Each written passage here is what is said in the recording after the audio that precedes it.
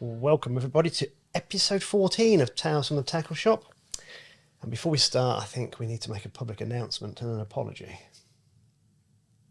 I ain't doing it again. This should have come out last week.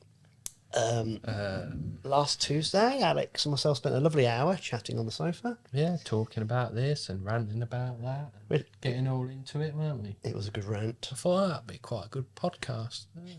And as Alex was leaving, as I always do, I just checked the footage. No audio. Yeah, so we had virtually an hour of me and you miming. So hopefully, fingers crossed, that we have some audio this week. So we're going to try and revisit some of the rants we had last week. Because you were on one. Was I? Oh, yeah. Yeah, normally about how you blank. Or right, draw, yeah. Or draw in the 70s. It is what it is. And how it's not fair. No, we will. I'm sure we can get Alex into rant mode.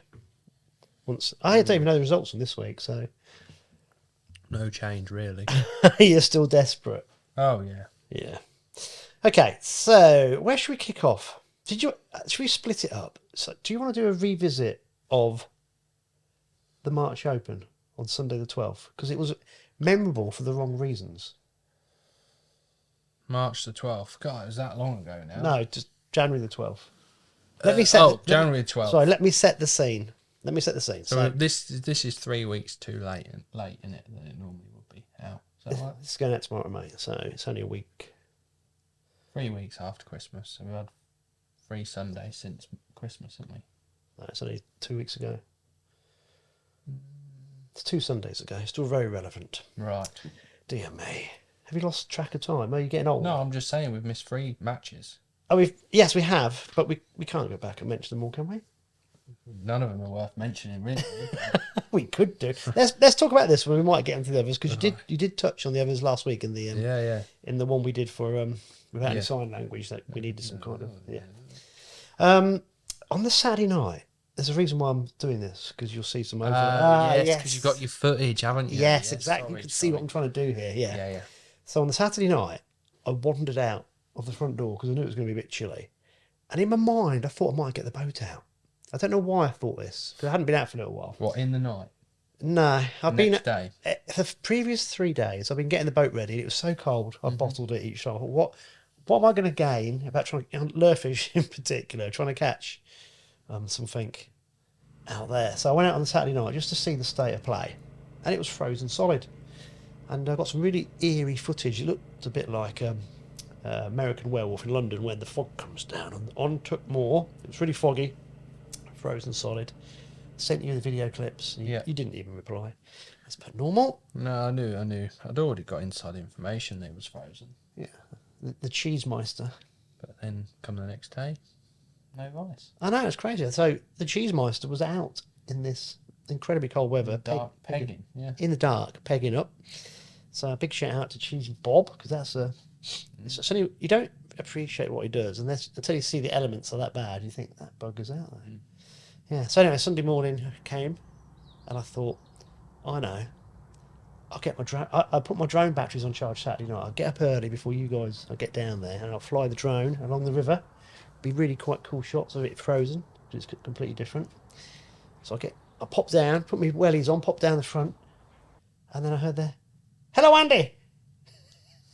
I'm thinking, there's anchors already here. It was Dave Lee, virtually opposite me. Yeah, he is literally opposite of that peg now. He lives there. Yeah, I'm sure he does. He's either that one or the one above it. I think he's been 3 or 4 times this year in matches. And the river was only frozen at the sides. Yeah, it had a little bit of a very slow pace on it. Amazing, isn't it? How it broke up during the night. Well, they're just running it off and got rid of the lid, didn't they? So So I thought Dave Lee's going to do well. And then the guy next to him suddenly shot up behind Dave. The old King's Lynn Paw came out with a couple of rats on each hand. Really? No, it was Ray Malley. And I'm thinking, they've drawn well, haven't they? Yeah. I'm thinking, well, if Ray's in the number 1 peg and Dave's in number 2 peg, Alex is bound to have number 3 peg. So I went to the gym, went over the bridge, on my way to the gym, saw the Cheesemeister and Tony Watling who was on peg 7 but was actually at the bridge. So I said to Cheesy, I said, "Here, I thought it was going to be frozen." He went, "Yeah." That's when he told me he was out in it pegging up the night before. And I spoke to Big Nose. I said, "Are you sniffing them out, boy?" And he went, "Oh, I'm not going to catch anything, am I, on peg 7?" I said, "Well, you're not going to catch anything in West End Park if you're on peg 7. You better get back there." Yeah. And he had a game plan that he was going to catch in the last hour and then thrash everyone in his section. That's what he told me. Right. However, I think that didn't work, which we'll come on to later. So, yeah, and I just said, "You lot are mad. That water must be absolutely frozen. Literally. The only reason it isn't frozen is because it's running off." And I thought, you're not going to catch much. Oh, and I tell you, he was at the Green Bridge, the Hill Centre Bridge. Steve Windmill. And I thought he has drawn well as well. And then the match started.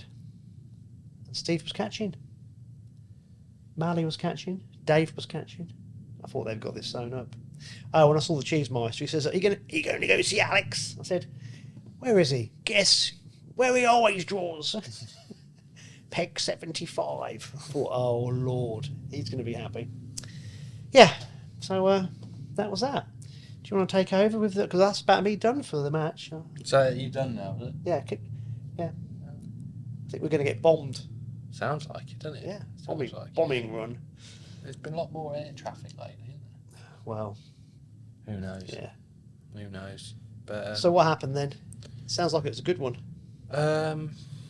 I would probably describe it as the worst Old Neen or March Old Neen Open results ever, I think. Ever that I can ever remember, yeah.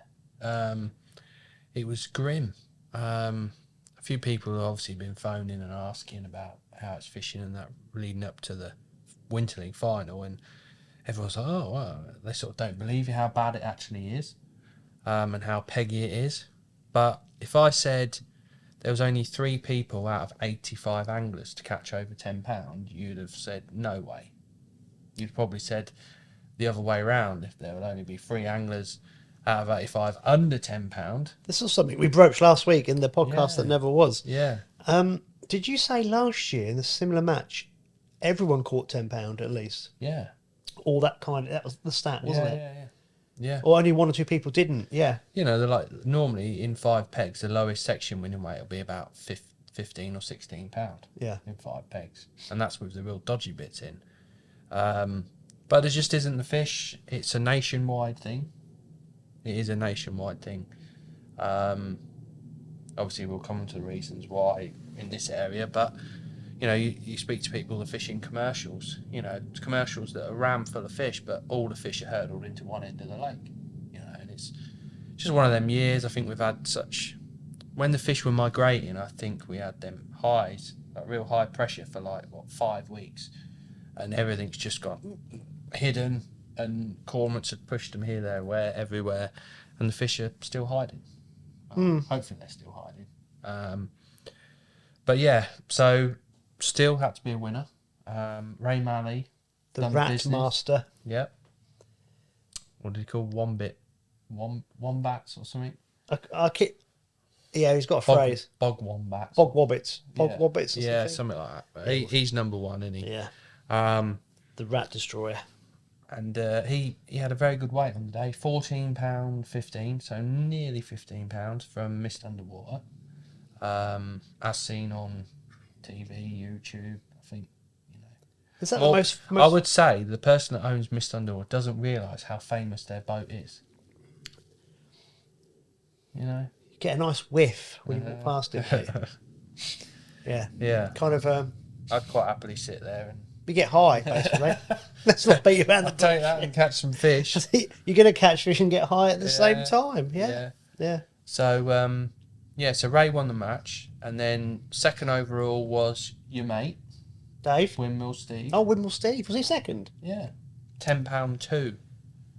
He was fishing the whip. Was he? Yeah. Yeah. Nice. And then £10 1 was... Who had £10 1? I thought Dave came third, or was he fourth? No. Dave who? Lee. No, he weren't nowhere. He didn't even have £5. Oh. No.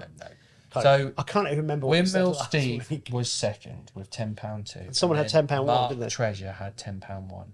He was one a peg below the culvert at Wiggy's. He had £10. Oh, I remember now. And then Van Gaal messed up, didn't he? He obviously Well, didn't get his platform out far enough. that's what Gav it is. Butler would have done. Yeah. And then there was I think Tom Barlow might have been fourth in with just under £10, like £9.5, nearly £10. But yeah, it was abysmal by March standards, but the weather was terrible. It was cold, mate, yeah. You know, like Watling said, pegs 1 to 5 was one with 2 ounces, and pegs 6 to 10 was one with 2 ounces. So It's a good job I wasn't there. I'd have smashed everybody. well, you know, boys, you got to fish tight to the boats. yeah. I showed you the way. Come Yeah. on. So it was pretty grim, to be honest. Grim. Very grim. What did you end up with? Did you catch anything? I had £3.13, which was one of the best days fishing I've had for a long while. Yeah. Caught some rope. So I walked down to see Alex, Yeah. and I could see all these anglers catching, and it suddenly. Oh, remember I got to the what we call it was the turnstile, culvert The culvert, right? Yeah. at the allotment stuff. the allotment style, and there was a guy from Thatcher's, Yeah. who was on peg 5, and I didn't have the heart to tell him that he'd drawn the hot spot. Who had given up basically and gone to see his mate who was fishing down there. We were having a lovely chat. He introduced himself to me as Richard Chabe's brother. Have you know we have a podcast WhatsApp group, and every now and again I get abuse from Potato Head. Always to do with the football. His latest things about the FA Cup draw and who have Arsenal got in the 4th round. He's been loving it, hasn't he? Mm-hmm. But Tottenham, I think, are 4 places above the relegation zone. Well, you know, that's why I don't like to say too much, do you know what I mean? Well, you got absolutely thrashed. Yeah, but have you know, I think we went 9 games unbeaten. And then you lost 4-1. I think one of them might have been against Arsenal. Yeah, I can't remember. I hope you play as badly against us. We're going to dick you 5-0. Anyway, I don't know why I got onto that. So I was talking to those two guys, and that was really nice. So having a chat. And then I made my way up to you, didn't I? Got down, have a little chat with you. Walk that far. And then you had a lovely little bite fishing shallow. Saw the fish actually take the maggot. It was that shallow. Right. And then lost it on the way in. Yeah, Blamed me. Scared it. He blamed me, so I walked off. But where'd you come in your section? Depends how you look at it. Beat everyone to my left and everyone to my right beat me. So you came last in your section. No, I didn't actually. No, I didn't. I beat the invisible man.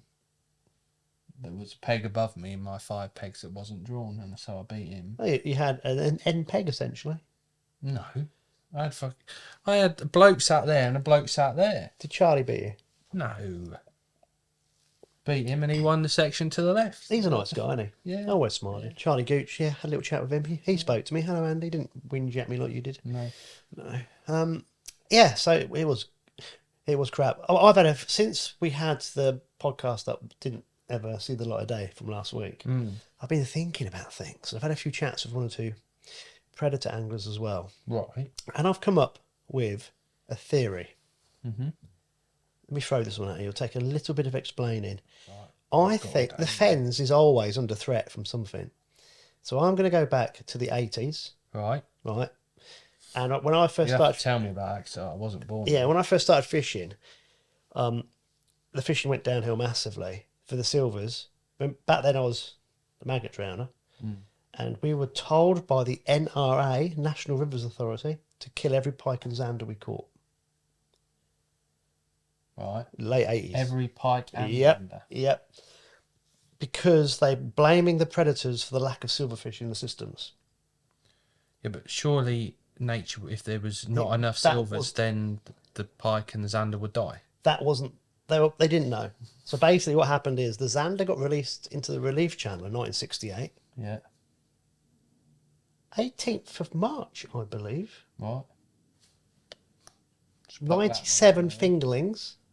And they thought that they would stay in the channel because it was enclosed. Right. Because the gates, no chance. but it just shows you Zander are really good at breeding. 97 were put in. Yeah, it's like any new fish.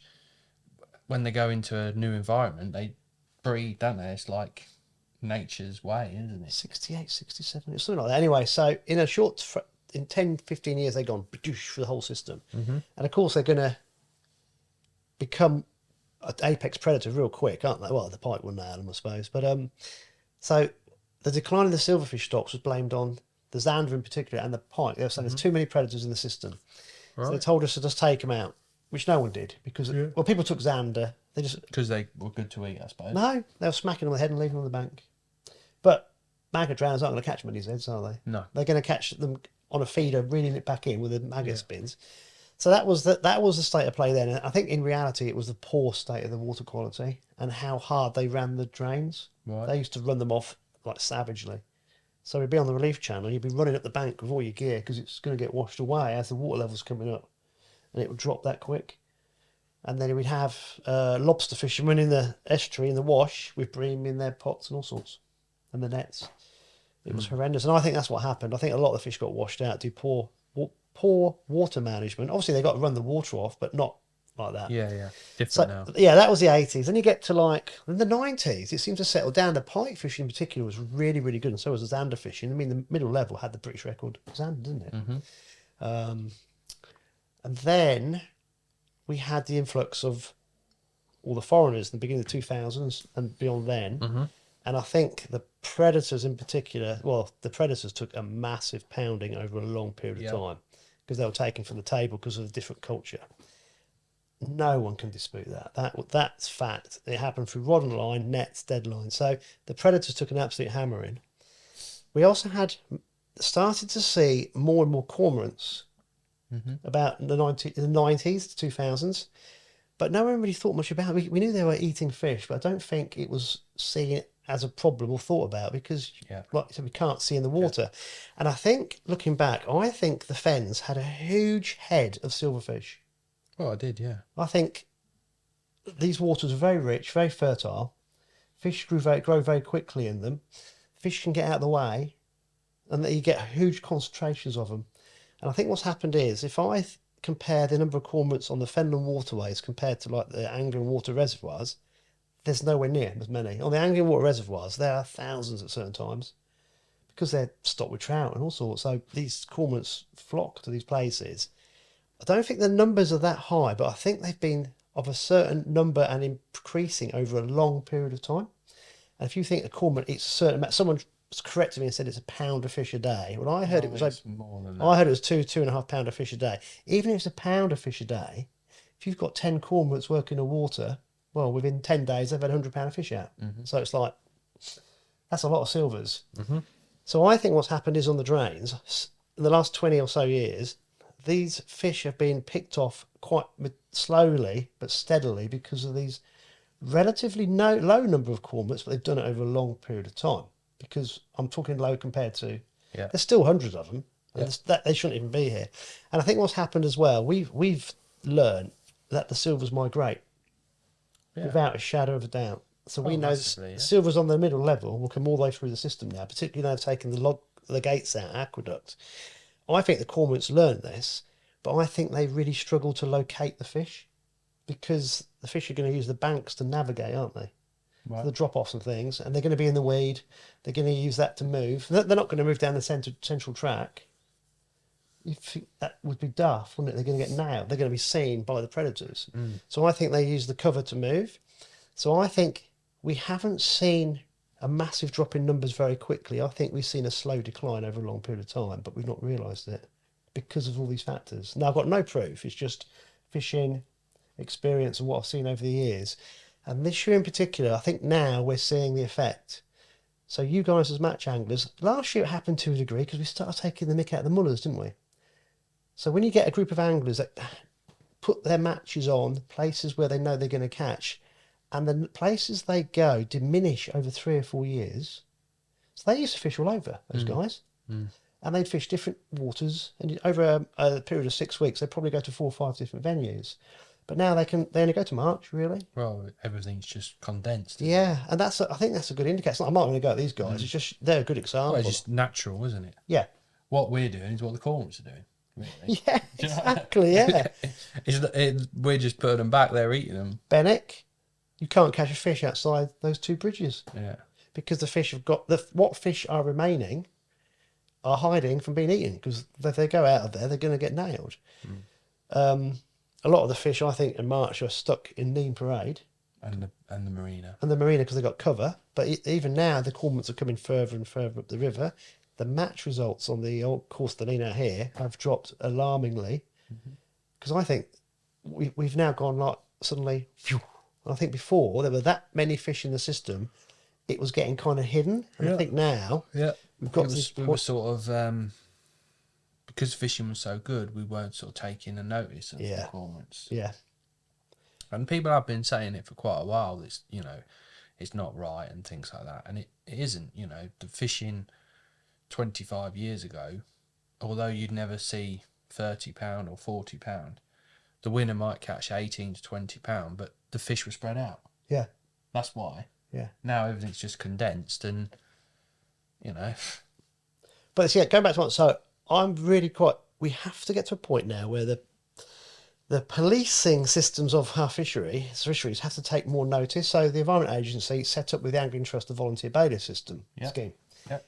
That was basically because they knew we had a massive problem with fish being taken. Yep. That was why it was set up. Let's not beat around the bush.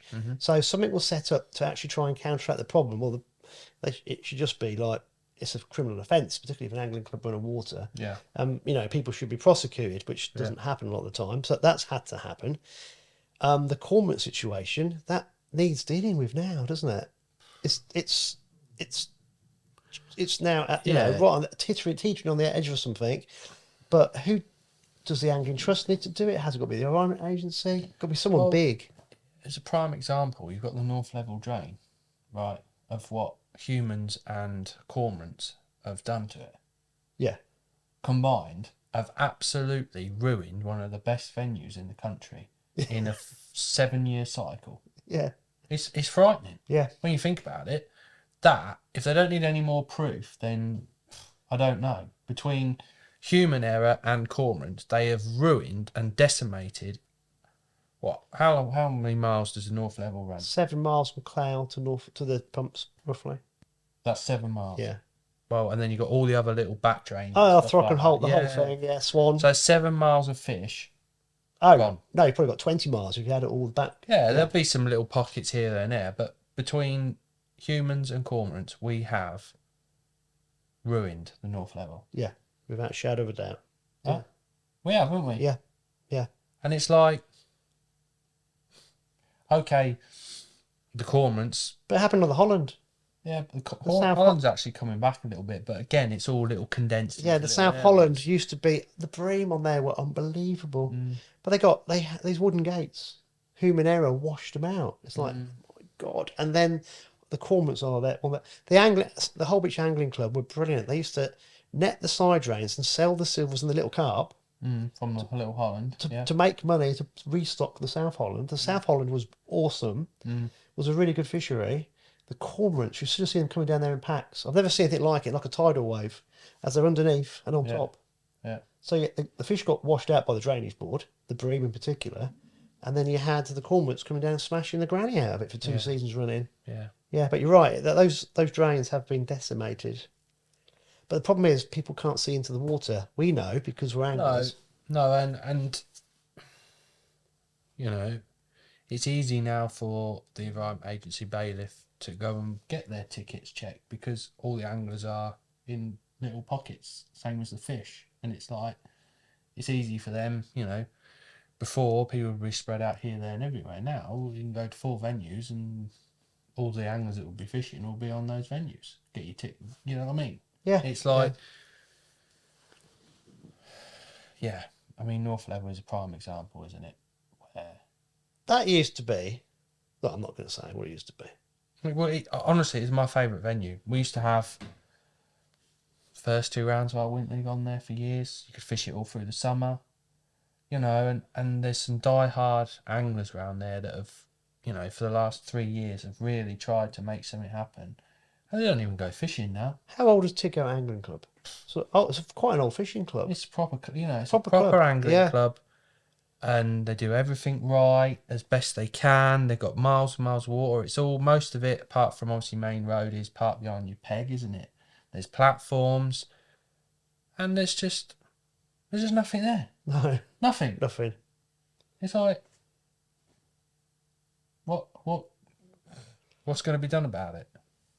Nothing. Well, that's it. Finished now. Yeah. And then because there's no anglers on there, people buy land and property. Then all of a sudden there might be a few fish there, and then the anglers appear again, and it's like we're second fiddle then now. Do you know what I mean? Like, oh, what are you doing here? Do you know what I mean? Well, we've always fished it on again for the last 5 years, and all of a sudden there'll be a load of fish in the North Level, and then there'll be people like, oh no, you can't come on here because, you know, we stopped you coming on here now, and then then it's lost again. If you know what I'm getting. Yeah, it's all cyclical, isn't it? And then if we go another stage further, that's what I was saying, particularly the Peterborough Angling Club, Peterborough District, they've now got the problem with these seals. Now, this is what I was ranting on last week. This is beyond me, Alex, right? Because I was thinking about this. There are two arguments. Whoever has released the seals into the river has broken the law, because they've released them into the wrong environment. Yeah. Right? This is not fair on the seals that are being released into rivers, because they are sea creatures, and they are creatures of colonies, i.e. they like other seals company, hence they have colonies. So they are causing them massive distress by taking them away from where they should be with the other seals. They're not able to familiarise themselves or live as part of a colony, and also they're not in salt water. So to me, there's two really strong arguments there. Forget about the fish to start off with, right? The seals are in the wrong place for the seals' life. So therefore, who could argue? You can't argue against that. No. And so the second argument, which is one that we would be strongest about, is the seals are destroying the ecosystem in which they've now been placed. I can't think of a counter argument that the seals should stay where they are. No, there isn't one. So why aren't they being darted, knocked out, moved back to their colonies? Probably because it costs too much money. It's the welfare of the animal. Well, Surely the people who put them there in the first place should be fined 100%. the same amount of money it costs to relocate them back to where they should be. Yeah. If I put the wrong fish in my lake and I haven't got a license for it, we get, we're liable. Yeah. Do you know what I mean? Yeah. It's like, if you haven't got paperwork, if you haven't got this, then they'll come and remove it. So why can't they remove a seal that shouldn't be there? I don't understand how this is allowed to happen. It's just like... Well, it's the otters. The otters were... no one has ever shown me, and I can't find anywhere, where the Otter Trust got permission from English Nature, whoever, to reintroduce otters. Yeah. I think otters are... Well, no, it's the same thing. Forget they're otters. An apex predator, surely to God, you've got to get the correct legal paperwork and have run studies on reducing small numbers in certain controlled areas to see what the impact is. Yeah. Forget what it looks like Tarka, the otter. That's a problem we have. If it looks like something else, they would be number one hated species on the planet, but they're not, because they look cute and cuddly to people. It won't be long before otters start having a major impact on nesting birds, and they are already. Yeah, get involved, and then all of a sudden we might have something done about it. Well, I think that's what's happened behind the scenes, to be honest with you. Like what I was saying last week, as anglers, we are bottom of the food chain. No one gives a crap. Yeah, but I think we shouldn't argue from the angler's perspective. We should look at the common sense perspective. So with the seals, to 100%. Me, those seals, they must be distressed because they're no longer with their colony, wherever they come from. Yeah. They're in the wrong environment. They're in freshwater. Oh, massively. And, there's... The seal at Ferry Meadows is obviously really brought into light because it's a massive venue. Do you know what I mean? Not just for us locally, but for everyone in the whole country. You've got feeder masters qualifiers. It is like the bream mecca. If you were to... It's become the Ferry Meadows, put in YouTube, and it's like everyone's done underwater filming. It's just like the perfect venue for bream fishing. If you were to describe bream fishing, you'd say fairy meadows in a nutshell, wouldn't you? And, you know, country park, wading out in the water, clear water, chucking a mile away, and, you know, it's the perfect venue. And for only probably the last 10 years it's come back, but before that it was dead. You know, no one wanted to fish it. Yeah. No one gave a crap about No. fairy meadows. But now it's like in the limelight, and everyone's focusing on it.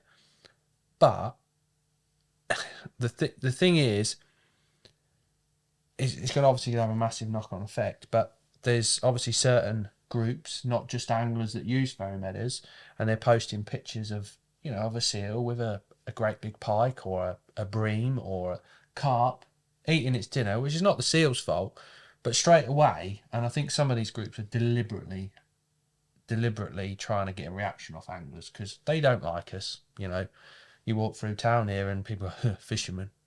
Do you know what I mean? You think, well, you don't even know me. You know what I mean? I've lived in this town all my life, and they tell me all about this and all that, and I just go, yeah, whatever, mate. And they have not got a clue.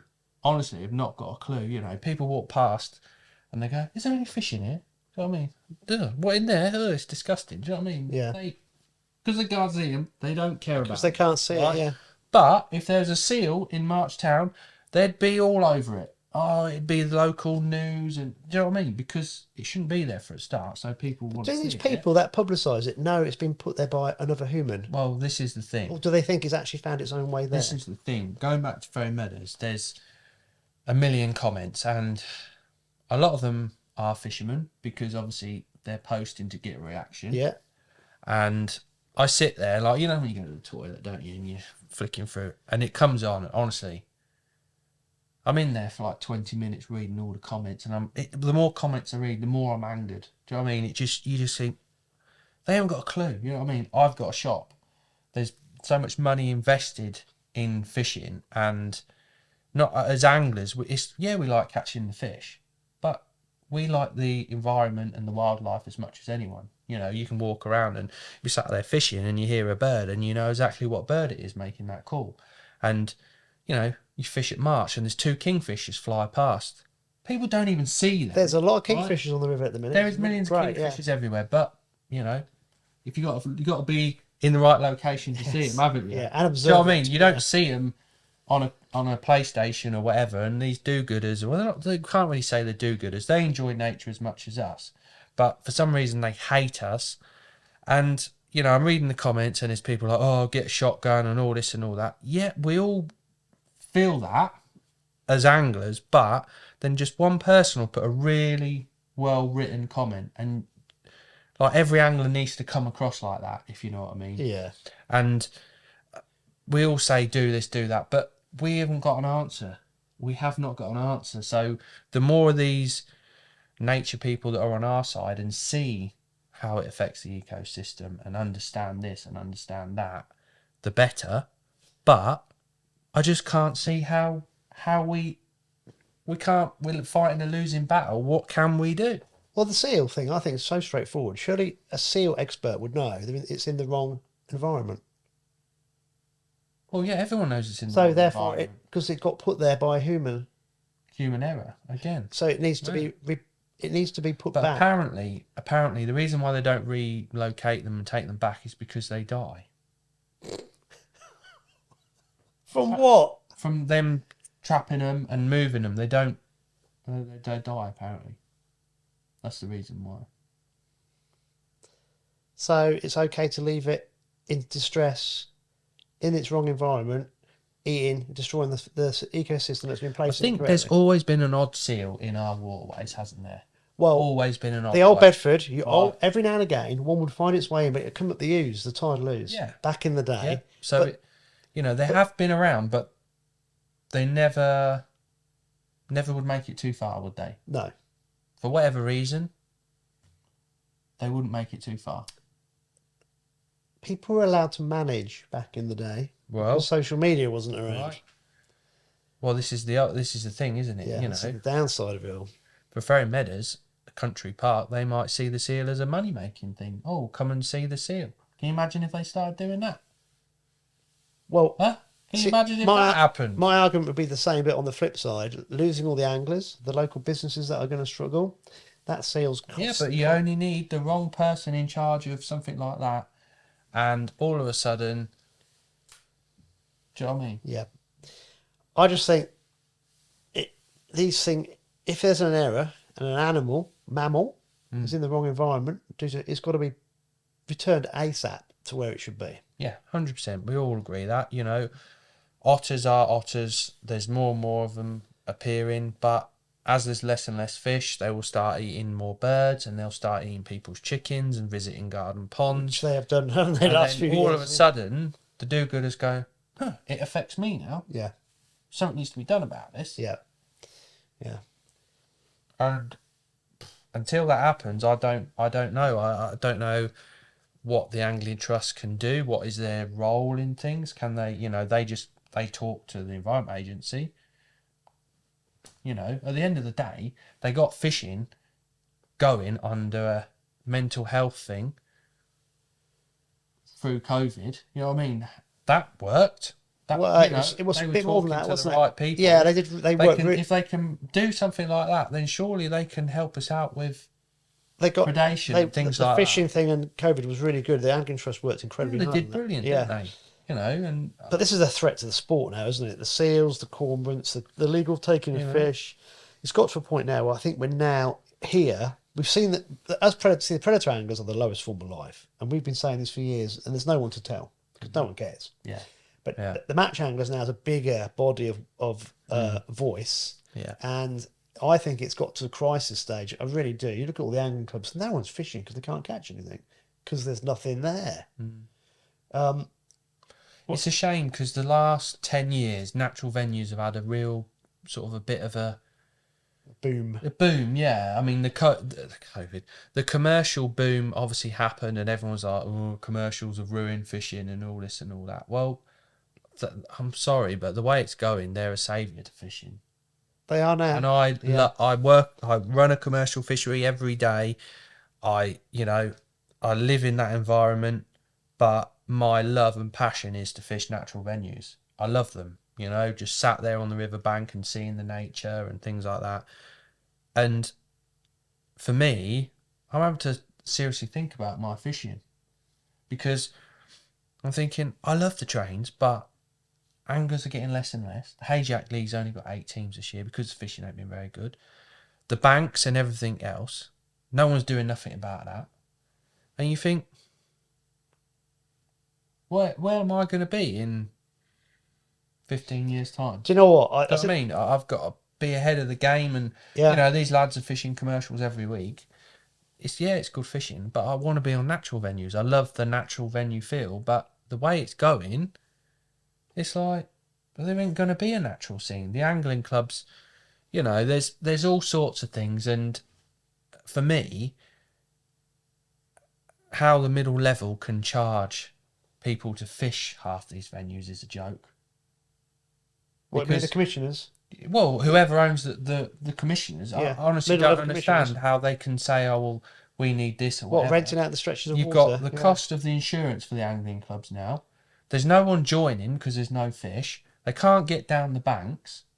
Yeah. So if the middle level or whoever, or north level, whoever, want angling clubs to take that on, then I think they should do a bit more for their money as well.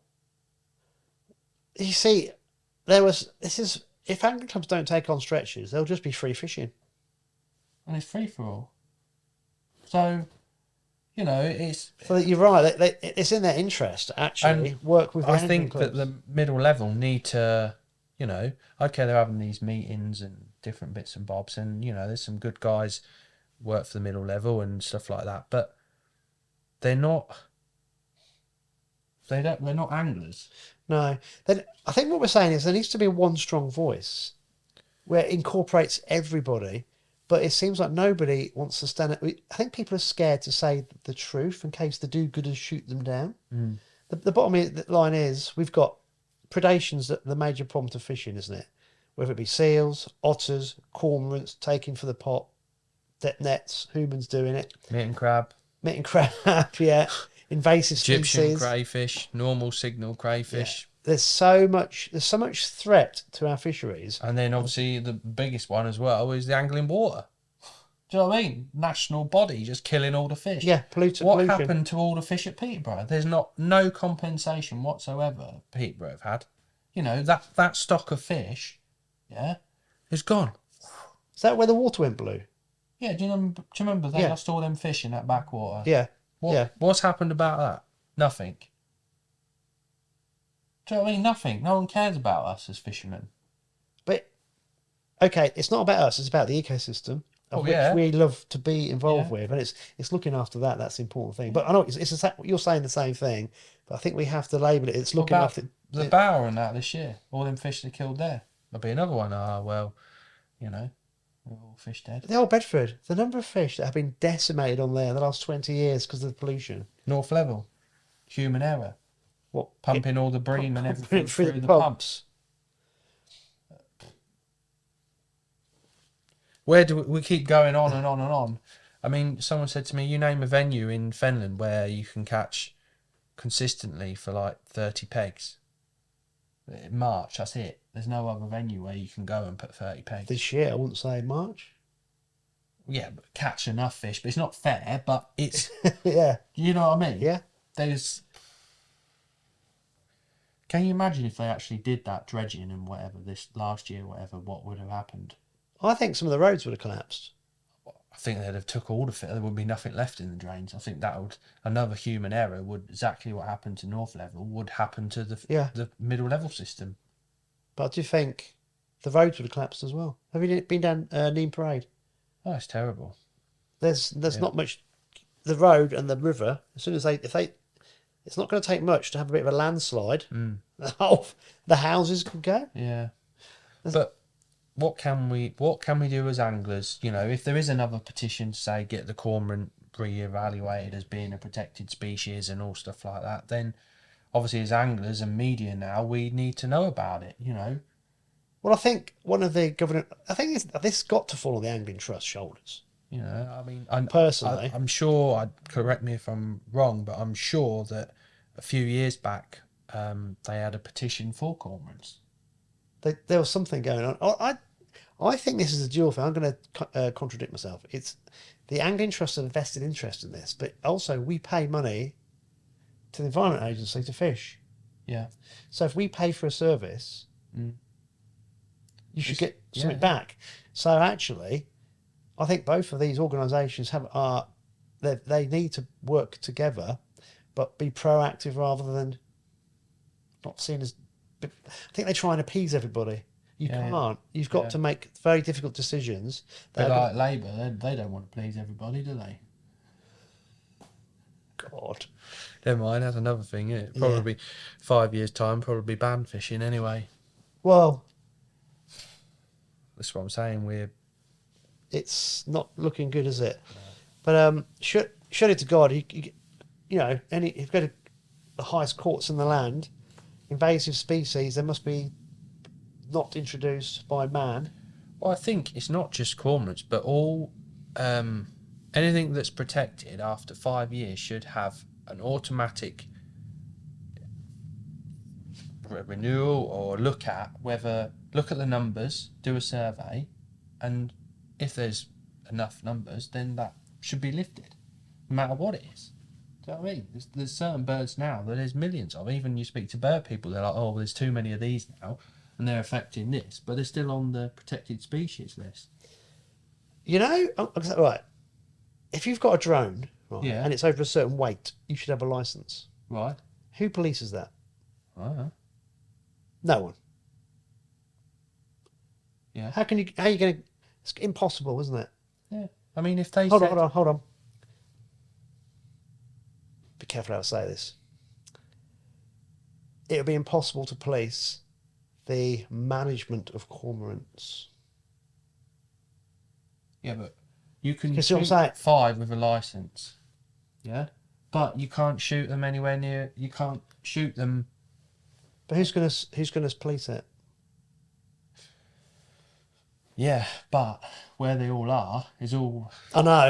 You know what I mean? You can't shoot them because there's all people about. It's there are so many that it's now a there's joke. Plenty of people that would quite willingly go out in the morning and shoot them and stuff like that, but they daren't. No. They daren't shoot them because of all the, that and things like that. Say they shoot their 5. Well, 5's nothing. They shoot their 5 in a week. The rest of the year, they just sit there watching them eating their fish. Yeah. I know, it's a very, very bizarre situation, isn't it? But I think the biggest thing is they scare the fish and they're moving fish and the fish aren't happy, No, they're scared about it. It's because they've been eaten. Yeah. And that's why they're scared. They know that they're in danger because there aren't many fish left in these systems. Yeah. That's the problem. They're not moving the same numbers, are they? These cormorants are surviving. They're not dying. Therefore, they are eating a certain number. Oh, look. The Sheikh is checking his share No, price. someone's just put on here, Raveley Drain fished its head off. So I think we can count this one out of the Winter League final. What won the match? 6 ounces. Next to it, peg 3. Hot off the press. Yeah. Then there was someone caught 1 fish, 2 fish, 2 fish, 4 fish, 1 fish. Well, I think we can count that one out of the final, can't you? Which I think we knew that anyway. But Well, again, another venue right next to a nature reserve. You're not, even if Yaxley and District had a license to shoot 5, well, they shot 1, then the police will be down there. Do you know what I mean? All where they are, these cormorants are like looking at us laughing, aren't they? They're like, every time they fly past, it's got a middle finger up at us. yeah. Right, shall we, before we do this week's HAJAK results, shall we mention any more local angling club matches? Not really, because obviously last week there weren't a lot because the weather. Ramsey had they were obviously fishing one venue because that's the only venue we're fishing. Ramsey St Mary's, there's 5 pegs. Good job there's not loads more, because once you get past peg 8, you don't get a bite. So yeah. Not good, is it? What a shame. Mr. Skinner, Derek, has been in touch. Yeah. Spilsby AA. They fished last on Sunday, the 19th. It was part of their winter league, and I should have worn my glasses. I'm getting so old, it's unbelievable. Okay, in first place was Dave Ashmore with £5.2. Second place was Paul Dent with £4.14. Third was Rod Goodrum with £4.8. And equal fifth, is that what I want to say? I can't see a fourth. No, I missed it out. Fourth was Dave Dean with 4.4.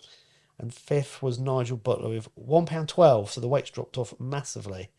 And I know Derek's given me a little update of the overall results so far.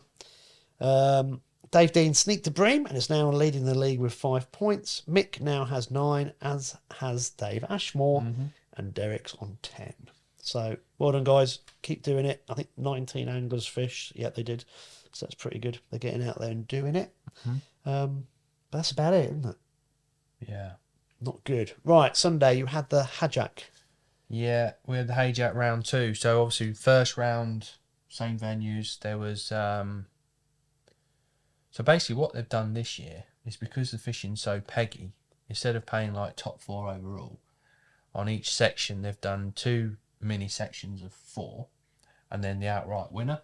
So the winner of, say, the 8 pegs gets 80 quid, then pegs 1 to 4 wins 40 quid, and then 5 to 8 wins 40 quid, which is something a bit different. It's, it's actually quite good. It gives you something to fish for in your 4 pegs, other than, okay, you're not going to compete with in the whole 8, but you're going to... Yeah, it's a good idea. Something to fish for, haven't you? Yeah.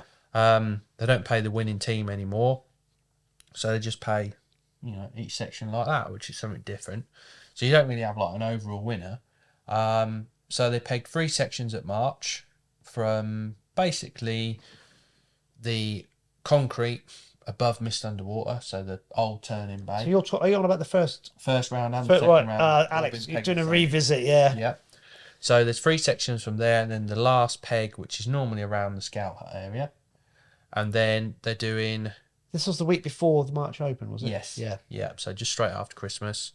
And then they do a section of 8 on what we call Whittlesea Dyke, so below Ashline Lock. Basically, the cormorants have hurdled all the fish in like a little, well, really 2 pegs, but there's 4 pegs in there. And it's absolutely black from top to bottom. Basically, the whole of Whittlesey Dykes fish are in this lock pit. Basically, there's a lock and then there's a bridge, main road bridge, and the cormorants push them in, and then as the day goes on, they venture out a bit further, a bit like how the 20-foot and all the venues are, just that they're condensed in 4 pegs now. So obviously that the way they're paying it, having 4 pegs there and 4 pegs there, gives the other anglers something to fish for. So Paul Borden won that mega section with £35, and then there was a 28 and a 20, I think 25, something like that. And then the top weight, the other side, was about £18. So still a few fish, but you're not going to compete with them 4 pegs. Then the section, they put fish 2 sections above the lock, which we call that the bower or the brigate drain, which is just like a little canal. It's towpath right behind you. Totally different to anything we've got in the drains. Basically, all the fish are up the opposite end. So there's like a 90-degree bend, and all the fish are in this like bend. Narrow. It's like 6 meters wide, a metre deep, and it's 6 meters wide and a metre deep full of fish. All the fish are just all condensed. So basically you've got all of the Bowers fish and like the the back of the warehouse, all that's all in one little condensed area. And the peg nearest to it obviously is going to be better. And it went £20, which is Bob Fitzjohn. Then Mark Pollard next to him had £13. Then it went like £4, £3. God. Poor old John Bates was peg 8 in that section and weighed £1. And then the next section tagged along, which is where I was, and 15.5 ounces won that section. It was grim. That is grim. Yeah. And basically, the fish come from that end. Yeah, literally the last 10 minutes. So it was pretty grim in that sense. And then March was won by James Dracula. I think he had, I'm going to say £12, something like that. But it was consistent, £5-6. That bit's been steady all winter. It's been nice, not big weights, but Where was he? and he was near the windmill, should we say, to the right of the windmill. Them pegs there are always good. Start of the year, don't know why. I do. I think it's because of the cover. There's trees and the bank's higher, and fish just condense and compact in there. So yeah, £12. I think like £6 won the other section, and £7 won the other. So it was steady fishing. Winners on the day were the Tackle and Baits select team, so they did very well. So they were well happy with that. So well done, guys. And I think second was Darwin Tackle and Baits was second, and then there was like a load of teams on equal points. So it was a real tie. And then this week, same venues again. Alistair Ogilvy drew the same peg that Paul Borden drew and won off with £35 again. No way. So You and can it basically literally predict went what's gonna first, happen. second. Yeah, you can. This is the thing. And first, second, third, and then Polly won March with £13. He was only a couple of pegs to the right of where James was the week before.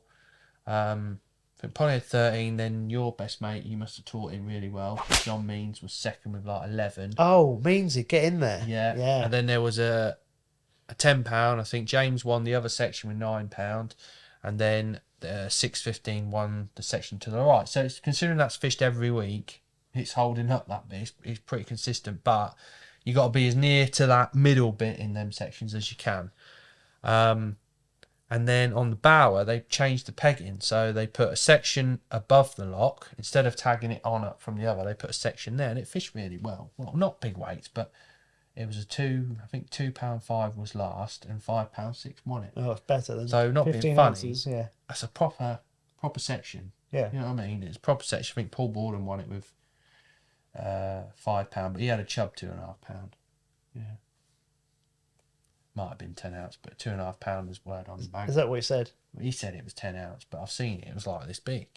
Oh, a bit like catching attention in September, isn't it? Oh, don't even go there. Maybe Meansy had attention too. Yeah, maybe. And then the next section, the one like near the epicenter, I won that one. Guess what peg I was on? Peg next to the lock. Peg 1. Lock next to the lock? Yeah. Yeah. Nearest to the 90-degree bend, yeah. £24. Oh, you caught some fish. Yeah. Well, it's only because Drew, do you know what I mean? It's You've like... got a little smile on your face. Well, I have, because finally I've drawn on some fish. So when you drew this peg, did you go... I thought they were winding me up. So I was in the back of my van doing all my bait, and I didn't even pay anyone any money, and all of a sudden Riggett's gone, Alex has drawn A1. I was like, yeah, whatever, it's a wind up. So I just carried on, didn't take any notice. And then Cheesy goes, here's the scales. So where am I? He goes, oh, A1. I thought, oh, when everyone's going, like that. But it's nice to catch some fish. Obviously, it's easy when you're on a brilliant peg. But it fished better this week. So it was weird. It was almost like the first couple of hours, the section was really fair. And then all of a sudden, a wave of fish have come from my left, and it was, brilliant fishing. So halfway through the match, I think about 120 fish. Dave Rowell was winning the section. I was like, well, I got 120 fish, and they're only little. And then there was some, there's lure anglers about everywhere. And all of a sudden they went on the concrete. And I don't know whether they pushed some fish towards me or time of day or what, but the last 2 hours was really good. And Ray to my right, funny enough, was second in the section. He had £15 and he had a really good last hour. And it was like these fish just come through, and yeah, it's just fishing, innit? It's old Bunghole's back in. Bunghole. I'll tell you what, I am due some absolute donnies now. I honestly, after this year, I am due some absolute screams. But you are, yes, bit more positivity. Yeah. Because you can't do much. You can't do anything if you draw. But you watch this week. Boom! Straight back now. Build you up. Yeah. Drop Just you give me a little incentive and then drop me again. So what were the results of the teams? So team-wise, Darwin Tackle and Bates had a very good set of pegs, and they had 10 points. So they absolutely paralysed it. Runners up were Peterborough with 19 points. And then there was a mishmash of all different results. But I think the league now for first and second is tight, but the rest is pretty all over. So first is Darwin Tackle and Bates on 3 points, and then Peterborough second on 5, I think, 5 or 4. They might be 4 actually. I think they might be on 4. So it's close with 2 rounds to go. Who are you fishing for? I'm fishing for the match team. I thought you were. Yeah. Where are you boys? Don't know. Nowhere at all. So is Cheesy in your team? So we've got a proper March team, yeah. So there's me, my dad, then there's Bob Fitzjohn, Darren, Tony Fenn, and then we have Jason Jeans fishing it. Yeah. Oh, that's good. Yeah. Yeah. And that's our one outsider. You only allow one outsider in a team, but it's funny because normally there's like people trying to jump on and get involved and stuff like that. This year it's fishing crap. They're not as keen. No, I don't blame them. No. But so yeah, that's been the HAJAK, but it's going to be a really tough slog now until the Winter League final. So where are you guys? Is it the third? So it's round? the March Open this week. Another one. Another March Open, yeah. Oh. So there'll be lots of anglers from here, there, and everywhere to get a taste of it, and they'll go, "Oh, I didn't know it was that bad." Oh, it's not that fish any better, is it? Yeah. Conversation we had last week, which we haven't mentioned yet, was obviously talking about the Winter League final, wasn't it? And, yes. you know. Obviously, it's fishing tough this year. Everyone's fishing tough, so everyone's like, "Oh, it should be, needs to move." And there's, they're really struggling to find fish. The way it is, there's like 4 full sections at March, I would say, and then the last section could be anywhere. It's like, I think people want to know where they're going to practice and things like that. But this year in particular, I think practicing, make sure people don't use keep nets. I know it's nice because you want to see and stuff like that, but for the actual outcome of the final, don't, when people are having lineups, don't use keep nets, because there's that many anglers going to hit. The fish are battered now. Yeah. The fish are stressed to hell now. Don't use keep nets. I must stress that. And if you don't need to, I know it sounds hard, people want to practice and do all that, but you get in on the matches if you can and practice in match conditions. And regarding the 4th section, it could be Whittlesey Dyke, it could be above on the Bower, it could be another 15 pegs on March Bypass. There, you know, I think everyone's got to be a bit loose with the last section, because if we said, right, we're going to go there, come the final, It will change. It's changing, you know. At the minute there's fish not at Benwick, come the final, it could be really good. This is what people don't understand about the we Fens. just have to be a little, you know, the way we peg venues in the Fens, you can't sort of say that's in the book, that's where we're going. Yeah. You have to be on the bank and know the venues, and all of a sudden know where the fish are. And, you know, there could be a late change or whatever. It's not because local teams are trying to get an advantage. It's because we want teams to catch fish. Get a load of rain for a period of time, it changes everything. Well, it does. It does. Yeah.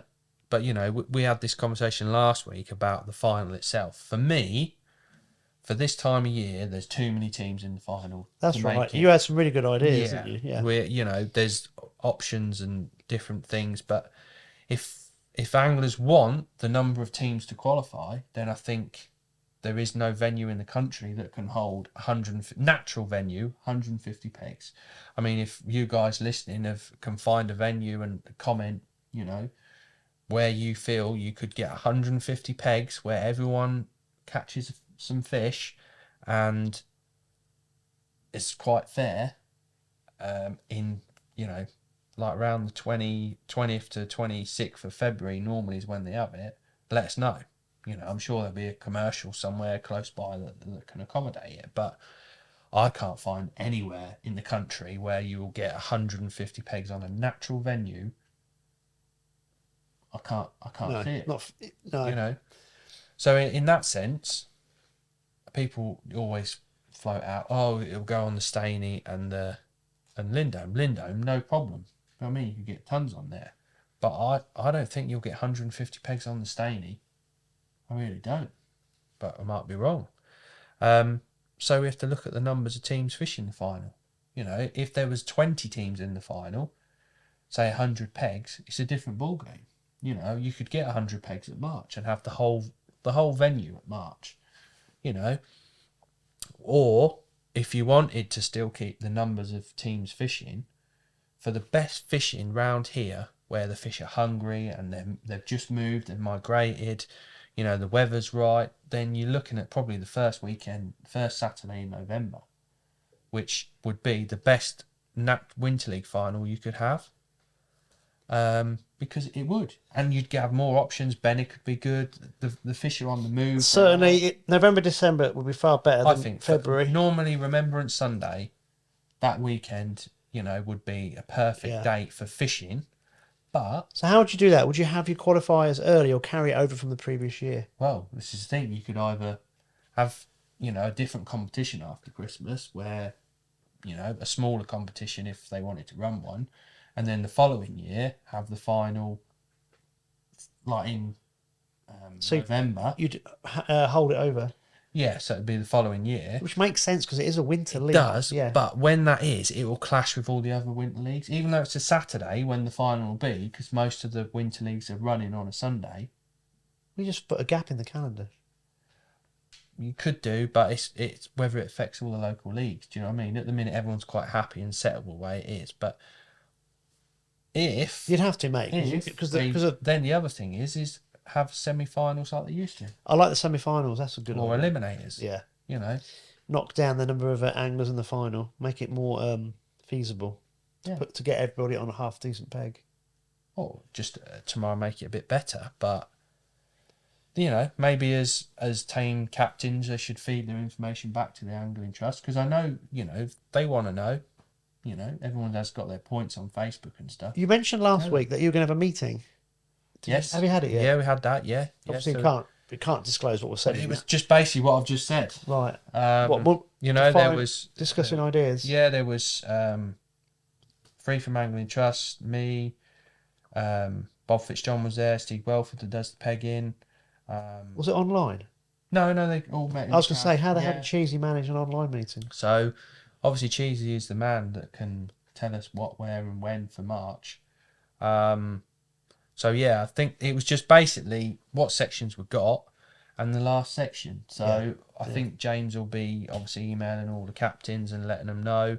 and he was sort of stressing the fact that about the keep nets, the venues are more pressure, especially in March, because 4 sections definitely at March, then pretty much everyone's going to be practicing March, aren't they? Yeah. If I was a team captain coming down, you'd go to March. Simple as that. I haven't seen many anglers on here. No, I had a walkabout because you were late, obviously, and I was, When? today. I thought Late? I was going to be here earlier, But Oh. I walked up and down. There was I was here for one an hour angler ago. on the whole of the venue. Was there? Yeah, one old boy fishing.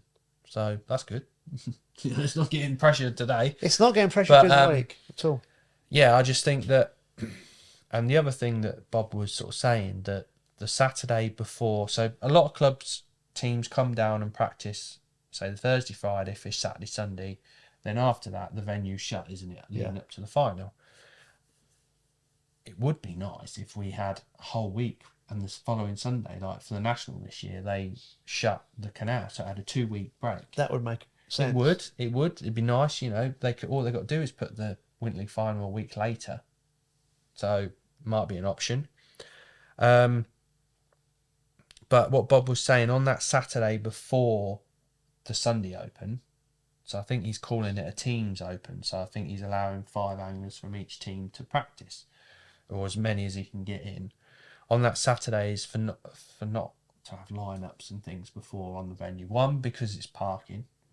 The locals see all these cars on the Saturday, and then on the Sunday there's a load more cars, and they go, "Oh, what's going on here?" Then, do you know what I mean? It is a nightmare, and for the venue, really, you've got people going down and fishing a peg where someone's chucked all their bait in and stuff like that the day before. But there will be Stan and Fizz are going to be running an open match. On what venues yet, I don't know. So you have to sort of be patient with these guys. They're putting on a match as best they can. Some of you might be on venues that are not going to be in, but it's pointless. But unless we try these venues, we don't know. You need to run some test matches on them. And yeah, that makes sense perfectly. Some people might be guinea pigs, but you can be sat at March and one end of your section is a fish and chuck, and you sat there and can't get a bite. So it's no different, really. No, No. Well, there's a lot. You guys are putting a lot of work in behind the scenes. That's for definite, and I'm sure everyone listening to this will go, actually, it makes sense what you're saying. Just it's a bit of a crap. It's one of them years. I think everyone's just. I don't think it's, mate. I think it's going to get worse from the things we spoke about earlier. I'm convinced. I think. I'm convinced, mate. Those fish, because the reason I think that is I've been out on my boat looking. Yeah. That's why I'm fearing the worst. There is not much out there. What is out there is big, as in bream. And when you find them, it's biblical. Yeah. And there is miles of nothing. And there are not many pike. That's what worries me. The pike are great indicators of how healthy a system is.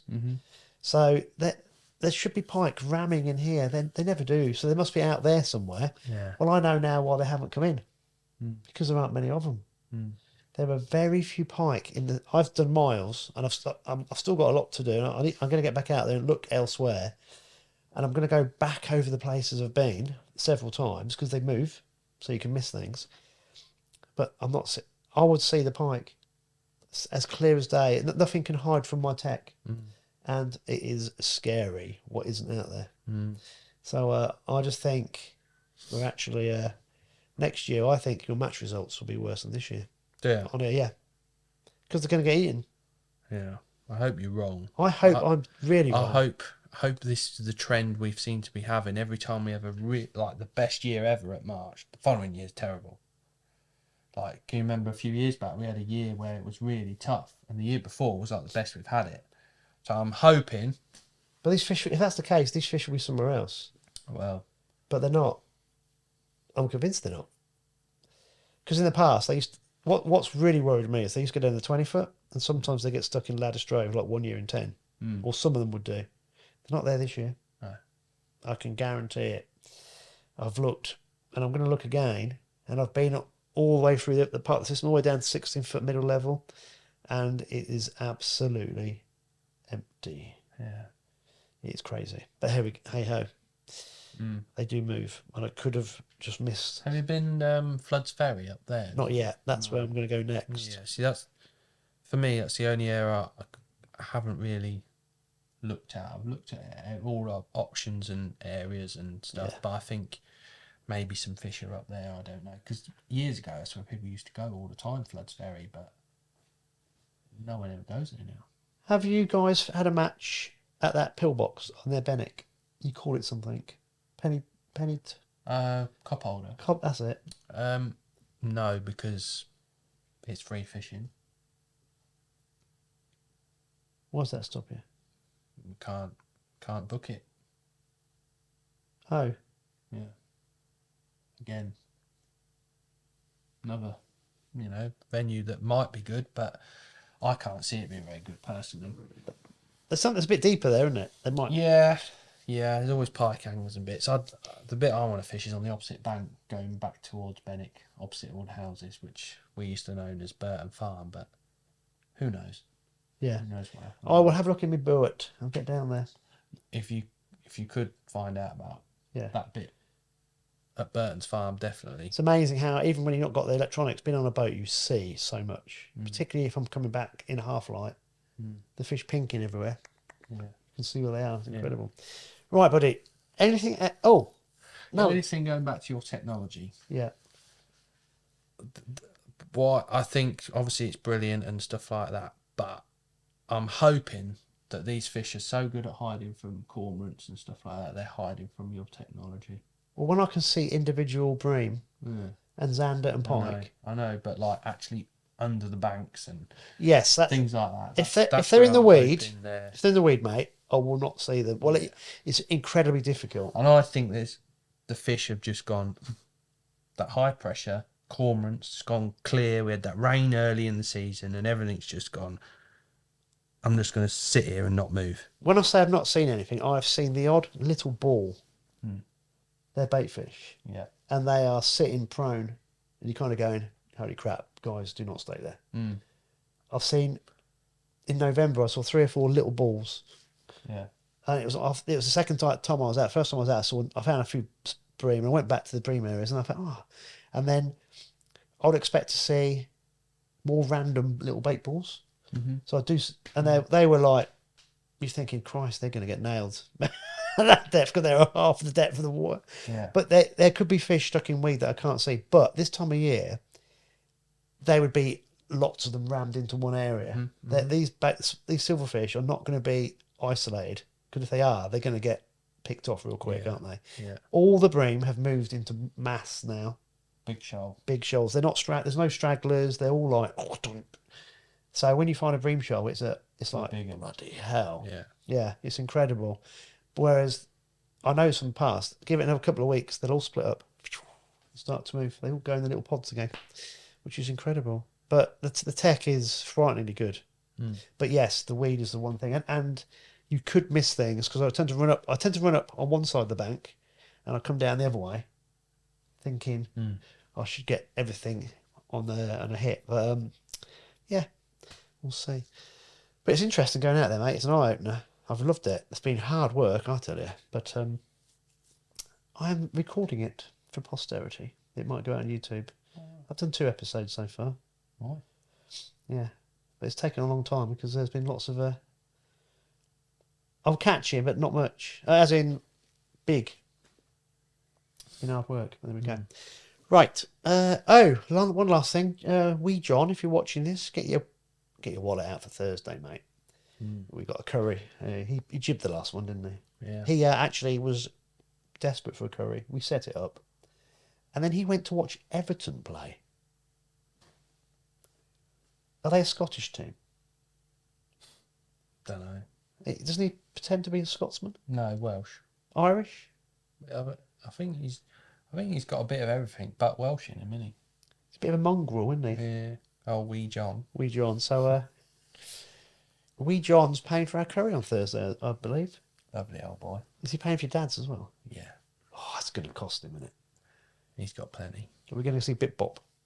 I don't know. I haven't been there that long. No. Last time I went there was the Winter League final last year. So when February. You guys came 3rd, 5th, 8th and 10th.